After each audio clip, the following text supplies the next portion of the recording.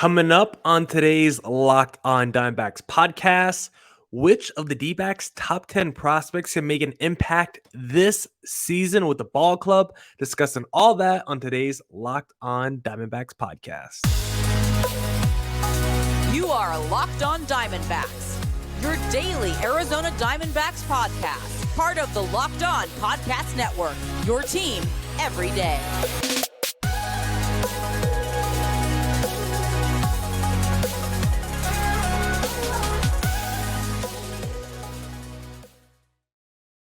Welcome in to the Locked On Diamondbacks podcast, part of the Locked On Podcast Network. Your team every day listening to who? The always charismatic host of this podcast, Millard Thomas.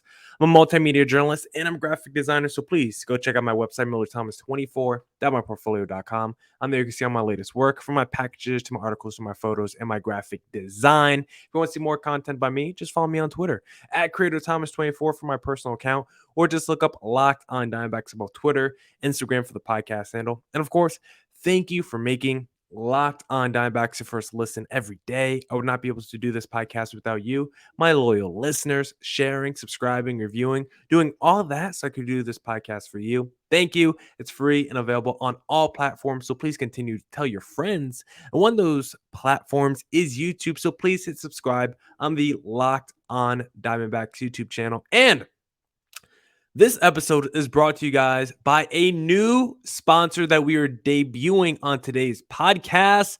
That is FanDuel. This episode is brought to you by FanDuel Sportsbook, official sportsbook of Locked On. Make every moment more. Visit FanDuel.com/LockedOn today to get started.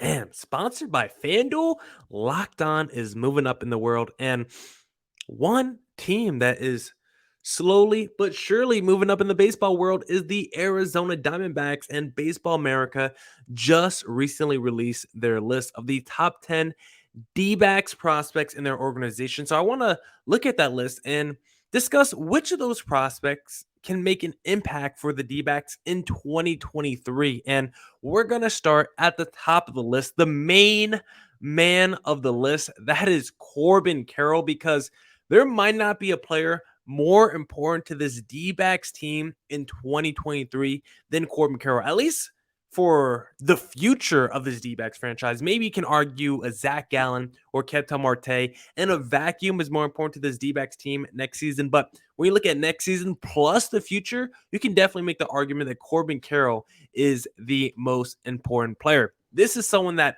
absolutely dominated the minor leagues, AA and AAA. And we know Amarillo and the Reno Aces, those are hitter-friendly scenarios, but still, he put up a slash line between AA and AAA of 307, 425, 611, nasty with 24 home runs and 31 stolen bases in just 93 games. Right now, MLB.com recently came out with a poll where they did, I think, of executives and different people of the top rookies and who they think is going to win Rookie of the Year. And Corbin Carroll was voted the favorite to win Rookie of the Year this season. And I think he's going to, because you saw what he did just in the small sample size with the D-backs in 2022. He definitely flashed as to why everyone thought this guy was so good, why everyone thought this is a real game changer that the D-backs were adding to their lineup, and why people thought this is someone that can put the team on his back and be a foundational piece in that lineup. Because in that small sample size last year,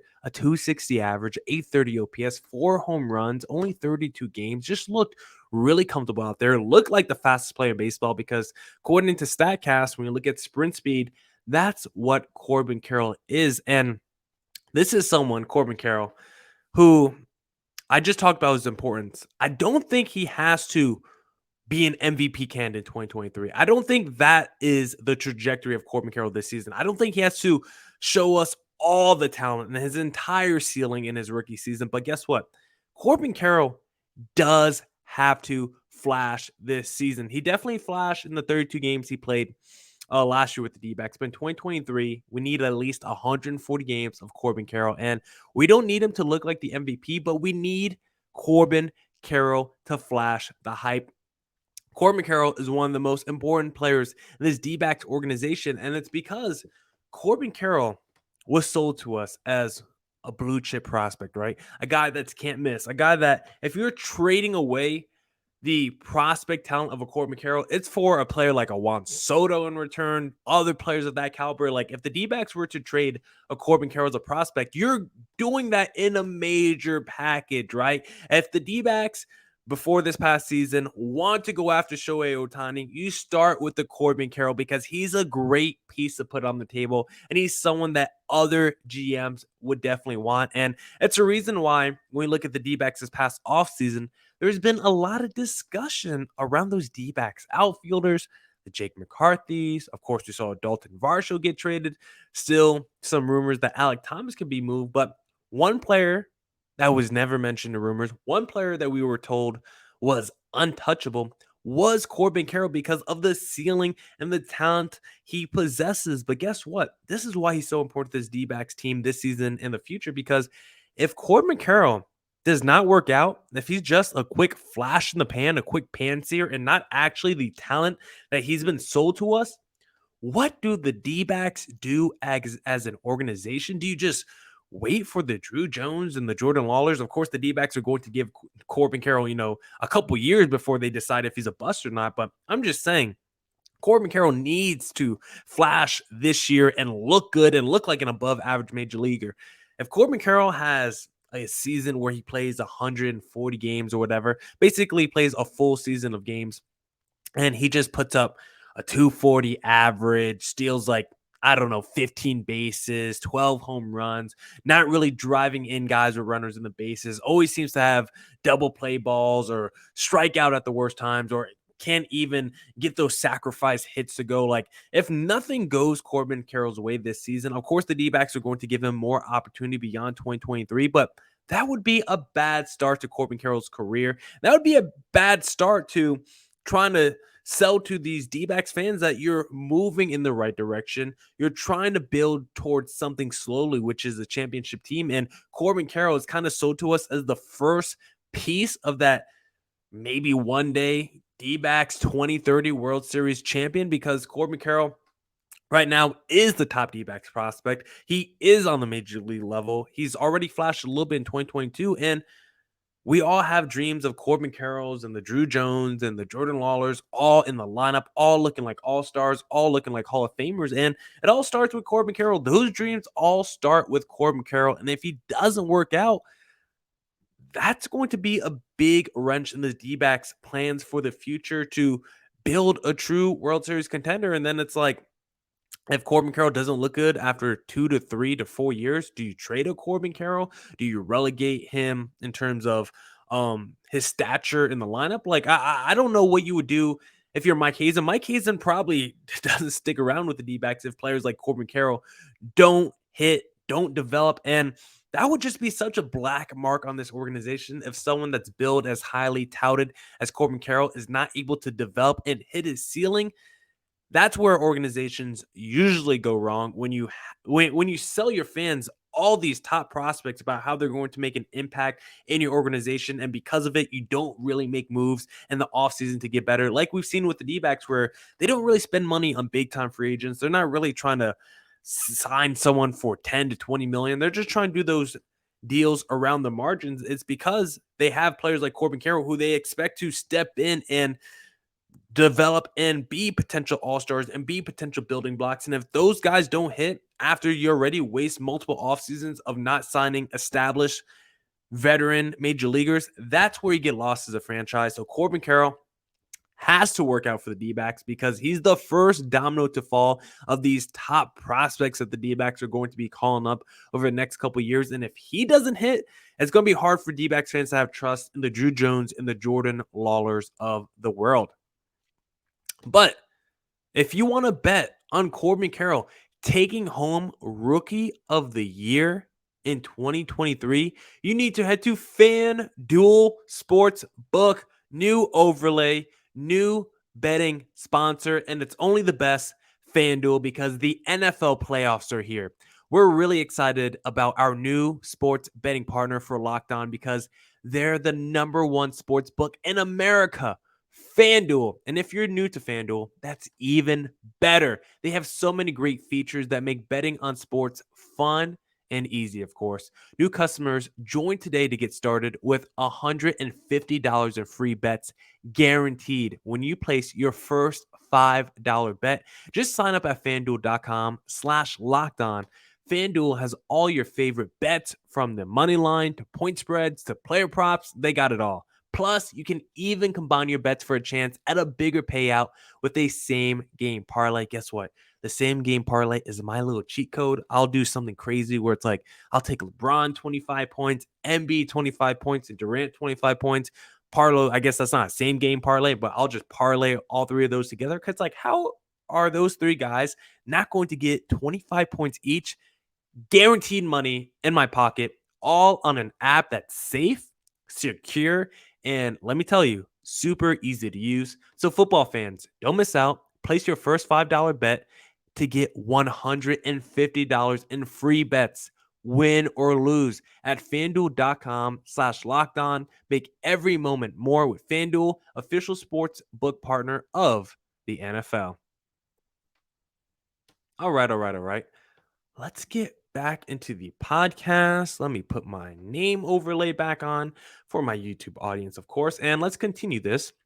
Coleman Carroll, of course, checked in at number one on Baseball America's top 100 prospects for the D-backs. And checking in at number two, Brandon Pfaadt.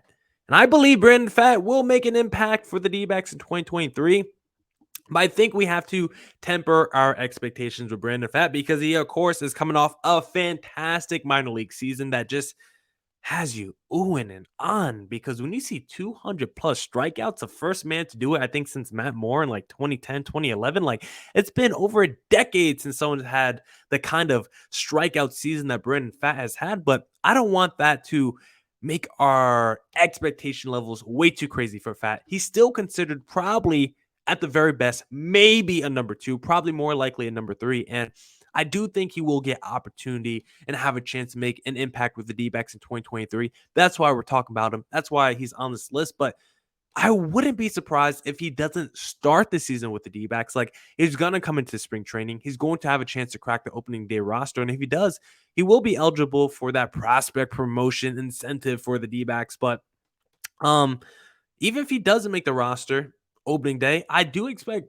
Brandon Pfaadt to not stay in the minor leagues too long. Maybe it's an Alec Thomas treatment where he spends a month in the minor leagues, and if he's looking good, get the call up right away. Maybe it takes an injury to a Zach Davies or Madison Bumgarner. Maybe it's performance based from a Davies or Madison Bumgarner or one of the other pitchers in the rotation. Or maybe they just want to wait to the All-Star break or something like that. But I would be shocked if Brandon Pfaadt didn't make the roster and was never called up at any point this season. I don't think you have to worry about that. I do think he'll be called up at some point during this season because he started last year in Double-A and then was called up to Triple-A. So he's already got a taste of Triple-A. And you know what's after Triple-A? The major league level. Someone with a double fastball. He's got the slider. He's got the changeup. This guy's like 6'4" too. Big dude on the mound. Fastball, not super hard, usually around 92 to 94, but can top out at 96. But then you also have that two-seam fastball, which he just recently learned. Great command on his fastball. Also has a slider and changeup that he uses to work the glove on the arm side of the plate, keeps the hitters off balance, and he uses those two pitches against both righties and lefties, which makes him so deadly, keeps those guys off balance, and it's a big reason why he's able to put up such monstrous strikeout numbers and was able to do it both between Double-A and Triple-A. So Brandon Pfaadt, he's someone that I think will compete for a rotation spot in spring training. I don't think he'll probably get one. If he got one, shucks, that means he's really damn good. And I'm not putting crazy expectations on Brandon Pfaadt. I just want to see what he can look like, and I do think we'll get a taste of him in 2023. And I do think he will make a pretty big impact on this team next season. Good or bad, I think when we looked at the Fangraphs Zips projections like a month ago, Brandon Pfaadt was projected to be like the second best pitcher behind a Zach Gallen. So this is someone with uber upside, uber talent, and can probably be slotted right into that middle of the rotation if he ever hits his ceiling. The next guy on the Baseball America list, the top 10 that will make an impact for the D-backs this season, checks in at number 5 on Baseball America's top 10 list, and that is Dre Jameson, someone who we already saw flash in 24 innings last season, looked really good. And this is someone that's really, when you look at his weight, he's only listed at like 165, 170. Like, he's lighter than me at 6 foot. So he's like an inch taller than me as well. But even with that being said, he still has a four-seamer that sits around 95 to 98, can top out at 100. Also has a two-seamer. I think it's Dre Jameson that recently learned the two-seamer, not Brandon Pfaadt. This is someone that can also keep his stuff up as he goes later into the games. It's not until he hits around 75, 80 pitches where you start to see his stuff start to diminish a little bit. And what makes Dre Jameson so interesting is that sinker slider like a Brandon Pfaadt. He likes to throw it to both sides of the plate. Also has a changeup and curveball. He's got like a 5-pitch arsenal. He doesn't throw the changeup and curveball as much, but when he does, at least last season, the small sample size on major league level, he typically threw it to lefties. This is someone, when you look at that slider, big put away pitch for Dre Jameson. 46% of the swings against that pitch came up empty. And then what also made him interesting is the fact that he can induce a lot of ground balls, which I absolutely love. I don't like dudes who are mainly ground ball pitchers because usually those guys are like the Tyler Gilberts who are topping out at 88 miles per hour on your fastball. But when you have a guy like Dre Jameson who could top out at 100 miles per hour with his fastball, also throws a nasty sinker, led to that 56% ground ball rate, also uses a slider as a put away pitch. Like, of the Pfaadt, Ryan Nelson combination, like, Dre Jameson might have the highest upside and ceiling. Even though we saw that fantastic season from Brandon Pfaadt, Dre Jameson might be the one with the high ceiling because of the ability to both swing and miss and induce ground balls. Very high ceiling as a starter. He'll probably get like Brandon Pfaadt, Ryan Nelson, Dre Jameson, like all these guys I think will get opportunity in their starting rotation at first. And then if it doesn't work out for them, they will probably be moved to the bullpen and then see if there could be a long reliever, maybe a closer, maybe a setup guy. I don't know, but I'm just so excited to see all these D-backs young starting pitchers, and Dre Jameson and Brandon Pfaadt right now are the two at the top of the D-backs top 10 prospect list, with Pfaadt at number 2, Dre Jameson at number 5. And of course, if we're talking prospects, you need to check out the Locked On MLB Prospects show with host Lindsey Crosby, because Lindsey is a prospect encyclopedia and he's going deep on the MLB stars of tomorrow. It's free and available wherever you get your podcasts.